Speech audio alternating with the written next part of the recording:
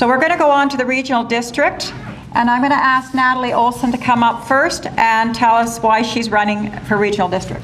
Greetings, fellow candidates and fellow voters. Thank you to the Chamber of Commerce, the Rocky Mountain Goat, and Toastmasters for hosting this event. I offer my name to stand as a choice for Area H voters. I've learned that a representative from the South Valemount geographical area has not been elected in recent memory. Perhaps it's time. In the past 20 years, I've served on many boards and committees, and a long list of them is printed in the newspaper. Typically, politicians will promise you that they have no agenda. Well, I do, and perhaps it's time. First, I would raise the visibility of the position and its potential for benefits to the residents. Second, I'd raise the profiles of our Area H communities, all of them, to relevant governing bodies. Third, I'd increase communication between all communities. And finally, I would work to initiate a strategic development plan for the entire area. Reviving the long-gone Advisory Planning Committee would be part of this project. Concerns to discuss could include beetle-killed forests on private acreages and how we can help owners deal with that, run-of-river projects and their possible benefits for close-by communities, dropping groundwater levels and what can be done about them, highway litter, inconsistent and inefficient internet access, and cellular phone dead zones, which exist all over. The list is endless, and we need to address it. Perhaps it's time. The reality is that the core residents of the Robson and Canoe Valleys will remain here to work and maintain a much cherished lifestyle. I'm one of them. We deserve good representation and a change. Perhaps it's time. Thank you.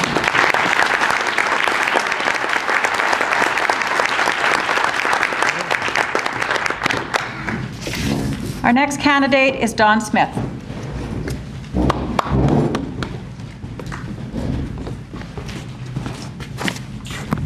Good evening, everyone. I've been a resident of the Robson Valley for 48 years, ranging from Valemount to McBride, and have family members in both communities. Over the years, I've witnessed numerous changes in the valley, many good and some not so good. But it's a great place to live, and I don't plan on giving up on it. Many of my working years were in the forest industry, working in various capacities, including management and numerous other diverse types of employment. I've also owned my own businesses. I believe I've gained considerable knowledge of the history, demographics, and needs of the valley. I spent 2 terms on municipal council and consider myself a good practical thinker and a team player. If elected, I'm committed to listen to you and work hard in your best interest as a representative from this area. I plan to work towards creating an affordable and stable environment that will attract local and outside investment and business ventures. Of course, this will encourage residential expansion and hopefully be attractive to younger families to make their homes and remain here. We have modern facilities here that we need to fully utilize. The more diverse our economy is, the more stable it will be. In other words, let's not put our eggs all in one basket. I believe in working to stabilize our economy, and most important, without the services we need and enjoy, they could be in jeopardy. Some other goals I plan on working towards: work in unison with municipal councils. This will strengthen our lobbying power and help achieve beneficial goals. Together we conquer, divided we fall. For our aging population, we need to lobby jointly to higher levels of government for the establishment of intermediate care facility in our valley, and not give up until we're successful. We need to continue lobbying for hydro upgrade, including repair service, faster repair service, better cell phone and high-speed internet service for rural areas. It's a must for safety and businesses. And we need, okay. Well, thank you very much, and good luck to the other candidates.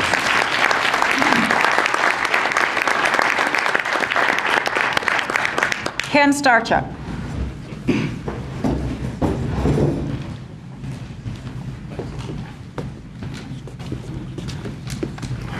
Good evening, everyone, and thanks very much for the invitation tonight. I'm running for re-election for a third term as director for RAH. And tonight there's a number of topics I could talk about, but my talk this evening will be focused on the economy, which seems to be the most on people's minds these days. Tonight I cannot make the promise I'm going to turn the economy around for the area over the next couple of years. It'll be a difficult promise to make, and I won't make it tonight. Right now we have a fragile economy in the area. School numbers are down, businesses are closing, and people are moving away. Not good. What I will promise and commit to if re-elected is developing a good working relationship with your new village council and work together as a team on common interests and projects. Ideally, this will lead to new jobs, help stabilize the economy, provide opportunities for families to move back and businesses to reopen. There are a few opportunities on the horizon that could have a positive effect on the local economy down the road. The proposed Borealis project for the geothermal power plant is one, and the proposed ski hill is another, both in Area H. Again, I would work with the proponents in the village to make sure these things move along. As for what's driving the current economy in the area, well, there's Varda. A new development on Crystal Ridge this winter will allow a person to sled up and ski down on the ridge. In the Winterfest, there will be snowmobile drags and a poker run. Both these opportunities will attract more sledders to the area and inject much needed dollars into the community. You have the Valemont Community Forest. It's an integral part of your community, and it provides jobs for many small operators. What's needed to help solidify a more stable economy? Upgrade the hydro lines on Highway 5 and 16 have been a contentious issue. Secondly, there's need for better communications. So high-speed internet, cell coverage is lacking in most parts of this area around Valemont. So I promise if re-elected to continue lobbying our MLAs, government, hydro, TELUS to ensure we get the necessary dollars spent here. With those, we can maintain our services for our rec centers, libraries, health center, fire departments, and entertainment societies. Thank you, and I encourage you to come out on the 19th, and I look forward to your support.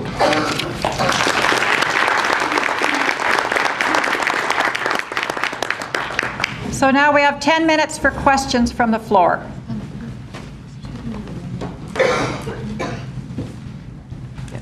Oh, right at the end. Yeah.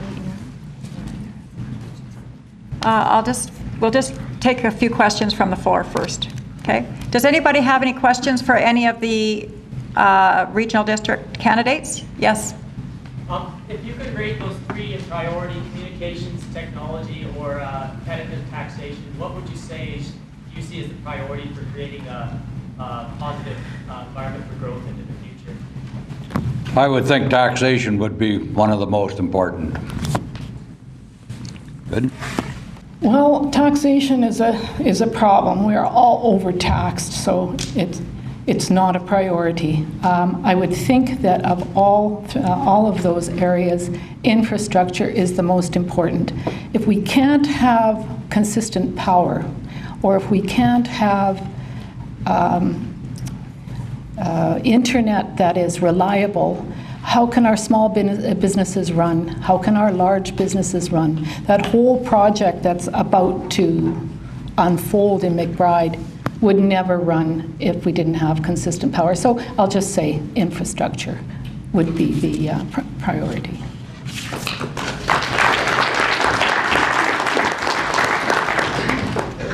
Yeah, I envision, if you look at communities and envision small communities like we have here in McBride and Valemont, you're like a fishbowl.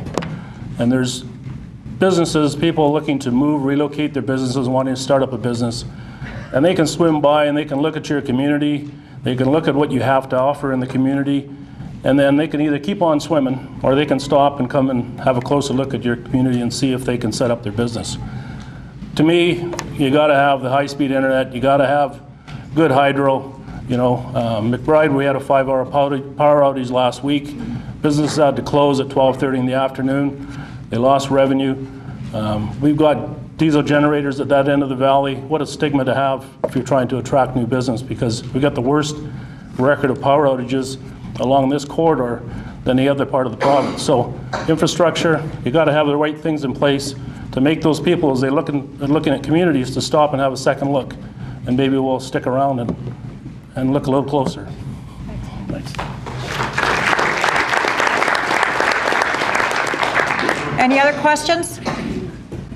On that point as well, getting businesses to invest in the valley, is there any procedure at this time to actually go out and try to attract industry into the valley? We're currently working on what we call an economic recovery plan for the Robson Valley, and we've targeted, looking at tourism and agriculture and forestry. We call them lone eagles or local entrepreneurs, and we're trying to focus on what we can influence, as a community, regional district, to attract those people to maybe come in and set up shop here. So we're working on a plan right now, and it's involving the communities in the Robson Valley.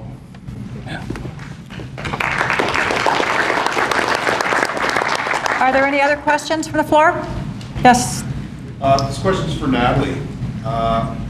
As somebody that's had to log in that kind of log it or lose it mentality for people to I'm interested in what you had to say around a possible plan or an idea around helping people that have to, like I said, log it or have it fall down and have to pay somebody to take it away. As you know, it costs more to clean up the mess than you ever get from logging. So, Believe me, if you've been outside our corner of the world, there's a pile of perhaps 50 cords of wood, all piled and split and so on. Nobody wants, because everyone in the world has that wood.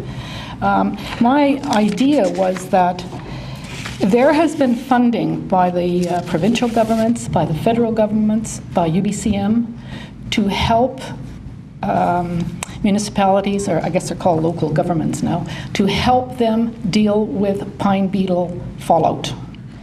No one has ever proposed any kind of assistance to those of us who, we happen to own 5 acres and it's all red and dead. You have at least, 20 acres? If it's not dead yet, it will be. All around us, there are red and dead trees. It has been late in coming, and there is no money, there is no money, there is no money. That's all we hear. My plan is that, okay, how about some tax relief?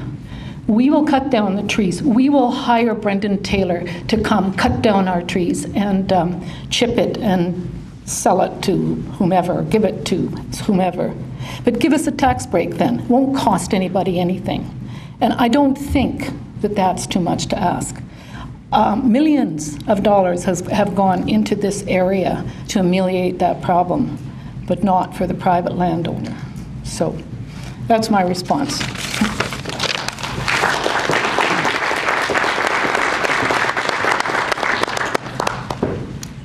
Any more questions? Otherwise, we're going to let everybody have a 1-minute time to finish up. Area H is 3 times the size of Prince Edward Island in square miles. You can appreciate that being an effective area representative of such a vast region is very difficult. But I'm willing to literally, pardon the pun, go the extra mile to serve our region. And as a final note, if you remember nothing of my speeches and don't remember my goals or anything like that, never mind. When it comes down to being in the polling booth, mark your ballots accordingly, remembering perhaps it's time. Thank you.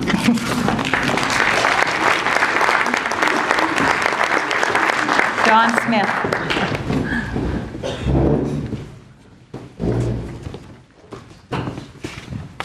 On November the 19th, there have been a number of candidates charged with the challenge of providing a sustainable future for our valley and for all of us in the service and lifestyles we deserve, and at the same time keeping it affordable. Regardless whether we are elected municipally or regionally, we must work in unison to achieve the results that will benefit the area as a whole. I believe this valley has great potential, and I'm committed to working for a prosperous future. Determination and dedication from all of us will get us there. On November the 19th, I ask to be your choice as Area H Director. I would now like to thank the forum organizers and wish all the candidates good luck. And thank you for listening.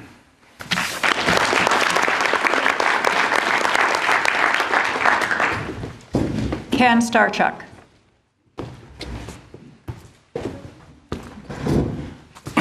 Yeah, just in closing, I just want to say that I have a strong passion and the energy to do this work as a director for AH. If re-elected, I'm committed to working hard for this constituents of the area for the next 3 years. To turn the economy around for the area will take time, and there will be challenges and roadblocks ahead to overcome. But I'm optimistic in that we're on the right track, and with commitment, hard work, and lobbying the right people and working together, we will slowly start to see things improve over the coming months and years. Thank you for your support, and get out and vote on the 19th.